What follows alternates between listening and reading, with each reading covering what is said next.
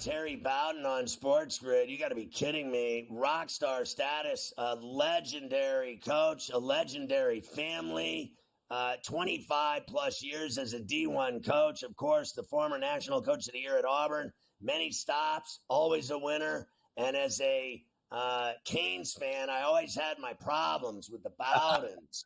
Just constant. They were like a hemorrhoid for me my whole life. Trying to beat the Bowdens. Oh, God, the adjective, my heartburn. They probably caused my open heart surgery. Mafia, get my pills and a bottle of tequila. I got to deal with these Bowdens again. This is ridiculous. Coach, great to have you on the show. Let's start with tonight in Lincoln. Dominic Raiola and the Huskers. And obviously, Rule is a college coach. I never thought he could coach in the pros. But boy, in college, he's done great everywhere. And here he is again. He's got a quarterback in Lincoln. That place is going to be lit. But look, the Illini are 3-0 as well. Well, they're both kind of wanting to move themselves into the top echelon of the Big Ten. And Matt Rule has done a great job at Nebraska. Both teams are 3-0. But I think playing in Memorial Stadium, playing at home, and Raiola, the quarterback, is still in 73%. They have a great running attack, and so does Illinois. But I think the quarterback is the difference in this football game, and the fact that they're playing in Memorial Stadium. Now, I will say this. Brett Bielema has done a great job on the road. He's a veteran coach. He knows how to get his team ready on the road. He's 11-4 at Illinois against the spread on away games. So he knows what he's doing going into a big stadium. So USC and Michigan Saturday in the Big House. We got a guy here that's a complete homerized milquetoast Michigan fan. He never stops with Michigan, and I don't think they're any good. They've already changed quarterbacks.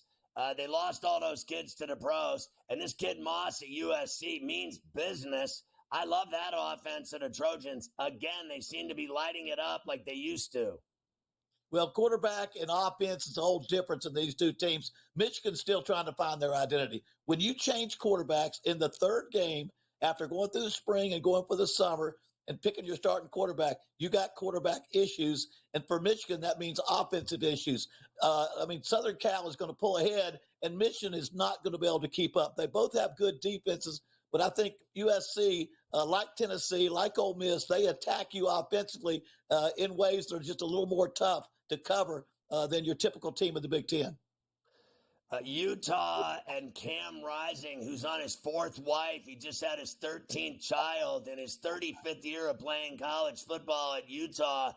I don't know how the Mormons get away with it. Oklahoma State hosting them in Stillwater at Boone Pickens, a tough place to play with all those pokes down there, Coach.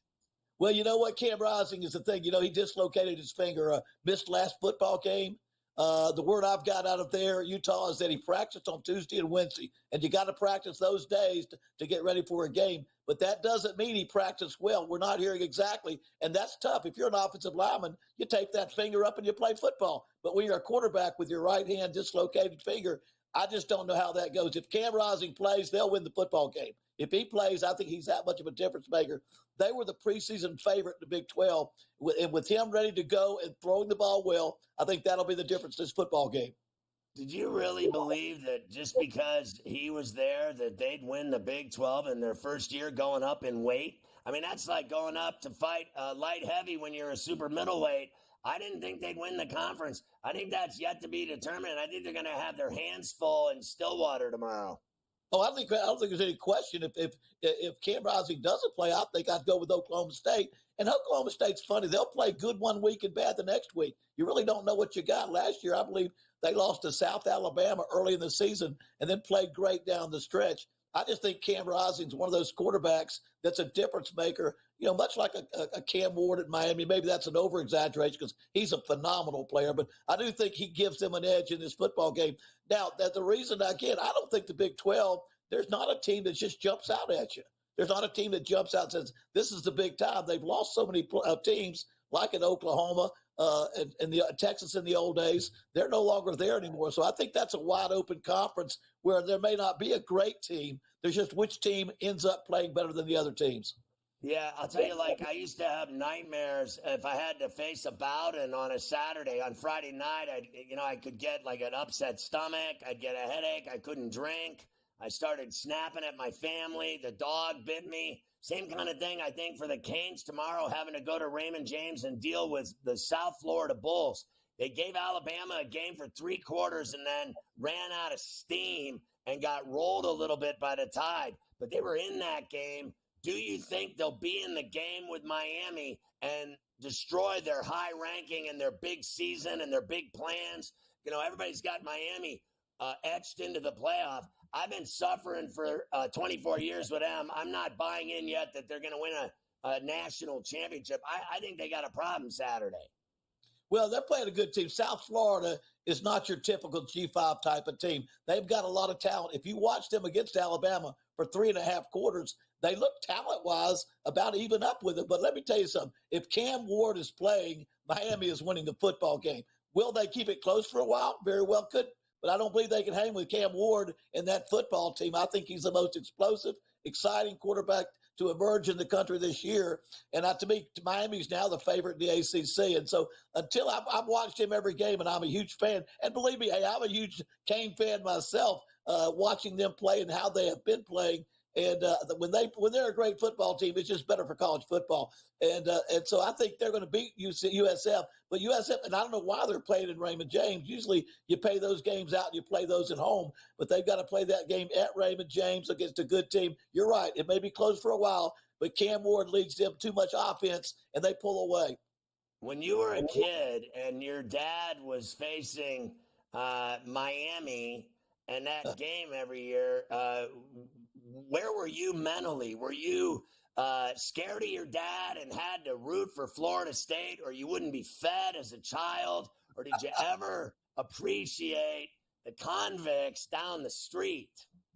Well, now listen, when my dad went to Florida State, I was only 3 years behind him. I was a graduate assistant in Florida State in 1979 and 80, and I understood how intense that game was, all the way back to Howard Schnellenberger and all the great coaches that coached there and built that program up. That was as much a part of Florida State's history as it was Miami's history. But let me make you feel better. All I got to say is wide right. That cost my dad about 3.5 championships. Miami cost him by too many wide rights.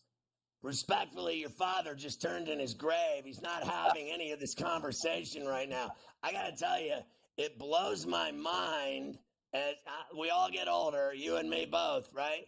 Like, you are starting to really look like your old man to me. I haven't seen you in a few years, but like Christ, when you came on the set today, I thought I was talking to your dad.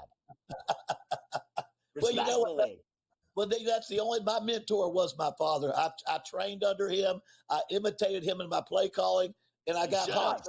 He's trying to doing what he did. We got very, very good at Auburn. We won our first 20 straight games at Auburn when I went there as a young coach. But I kind of got that TV bug. I did Auburn, and ABC came calling. And if you recall, about 1999, I spent 10 years with John Saunders in New York and enjoyed that a lot. But coaching is what I love. It's been my passion. And now talking about football is what I got left. I think you're fantastic. I love having you on SportsGrid. Real quick, I got 45 seconds. How do you think Tennessee will do in Norman against the Sooners? They're going to pull away. They're going to pull away from that team. Their offense is too much. Of course, Josh Heupel won the national championship at Oklahoma, and then Bob Stoops fired him later on. But the difference in these two teams are quarterback and offense. They're both playing really good defense, but Tennessee's going to pull away, and Oklahoma does not have enough offense, enough quarterback to keep up with them. Wow, I can't wait to talk college football with you all season long. What an honor. What a blast. That made my day. I was having a lousy day until you popped on the screen. I'm like, Terry Bowden, you got to be kidding me. Listen, thanks so much. I had a blast. Enjoy all the games tomorrow, Coach. It's great to have you on Coast to Coast.